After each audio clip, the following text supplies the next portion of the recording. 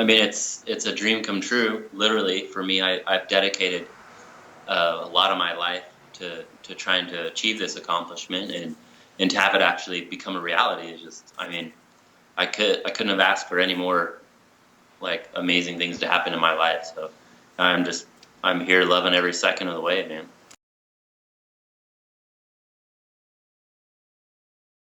Apart from my rock climbing training, I did a lot of specific ninja training. I built ninja obstacles. I would go to other people's gyms and try out their obstacles and just try to get my hands on as many ninja obstacles as possible.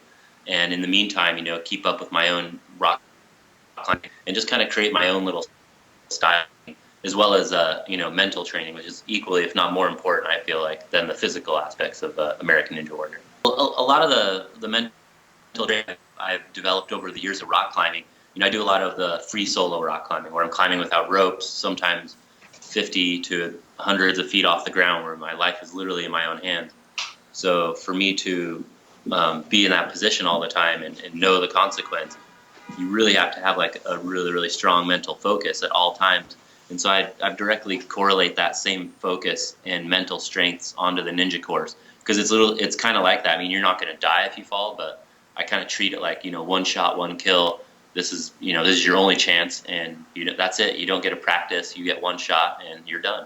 And so I use that same kind of mental strength on the ninja course itself, as well as a lot of breathing and meditation practice, that I've done from a really young age, and I've learned to use it in my day-to-day life, and I feel like it's kept me in my mind and my body. And I think with a lot of my success on American Ninja Warrior.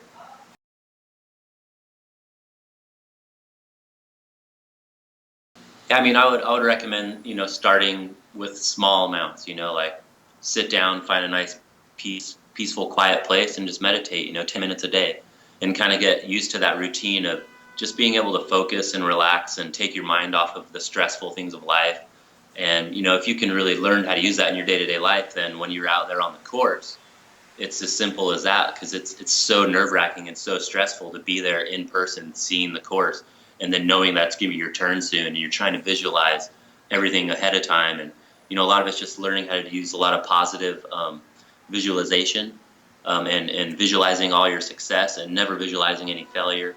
And yeah, just focusing on your breathing. And that's what I would recommend, is to just, yeah, learn how to stay calm and stay focused. And that's kind of a good base level for meditation.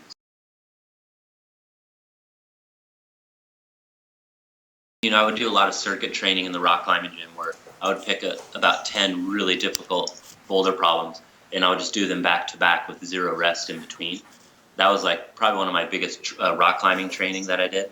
I would also do a lot of trail running to kind of help build all my little coordination and all these little muscles in my running and my skills like that, as well as some really good cardio. And then on top of that, I did a lot of on my specific ninja obstacles.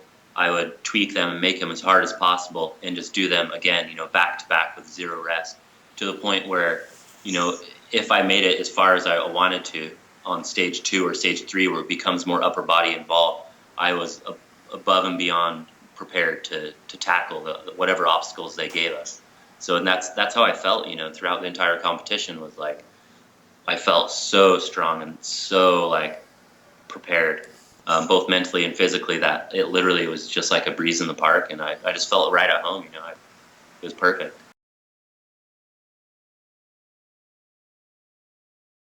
Everyone's very, very excited. They're very happy for me, and even the other competitors. Like, sure, there's probably a little bit of jealousy, but in the end, it's like everyone is really, really happy that someone just finished it and finally won the competition. It's like we've been waiting for it for so long.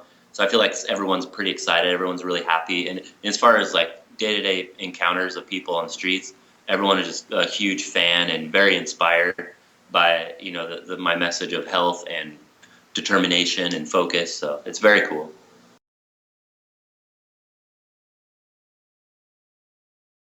I kind of already considered myself to be rich before I had won this $1 million. Me and my girlfriend Laura, we travel out of our RV and live out of a tent, and out of our car, at all times, wherever we're traveling. We live a very frugal, simple lifestyle, and we're going to continue to do that forever. So now we have this giant pot of gold to sit on, that we can do really cool things. We want to kind of lean more towards some more like entrepreneurial type stuff, investing, real estate, and to kind of make it grow into something more substantial to where we can help our family and our friends, and especially our parents, who've worked so hard their entire lives. It'd be really cool to be like, hey, mom and dad, like, I just paid off your house, like, boom, like, I just feel like that'd be really great for them, and I would just feel really honored to do that. So Yeah. little things like that is probably what's going to change the most. But in general, you're not going to see me rallying around in a new Ferrari or anything like that. So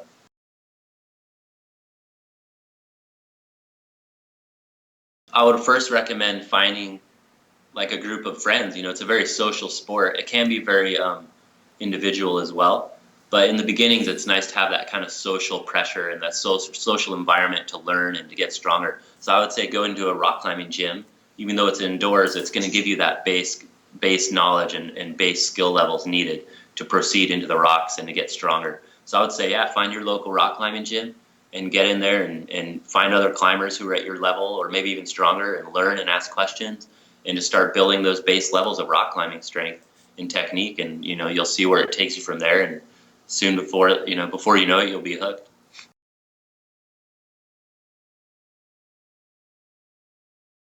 So the Mysteries of Laura was a total like last minute kind of very, very exciting opportunity that I was bestowed upon. And I was in New York City. I was literally driving through the Lincoln Tunnel to the airport to leave New York City, and I got this call from NBC Mysteries of Laura, and they're like, "Hey, we got this role, perfect for you, And it just so happens that you're the American Ninja Warrior guy. We have this role already cut out, where this guy, his name is Connor McKenna, and he's the owner of a bicycle shop, and he's training to be on American Ninja Warrior. And he has all these obstacles set up in the back of his shop, and he's training on them. And so they asked me if I wanted to do the part, and I was like, sure. Like, I didn't really know what I was getting myself into. And then next thing I knew it, they had me read a couple lines, and I had script. I was acting, but then I got to do all my own stunts, and I was just like, wow, this is so cool. And so yeah, everyone on the set was amazing. All the other actors, Deborah and Josh Lucas as well. They're really, really nice guy.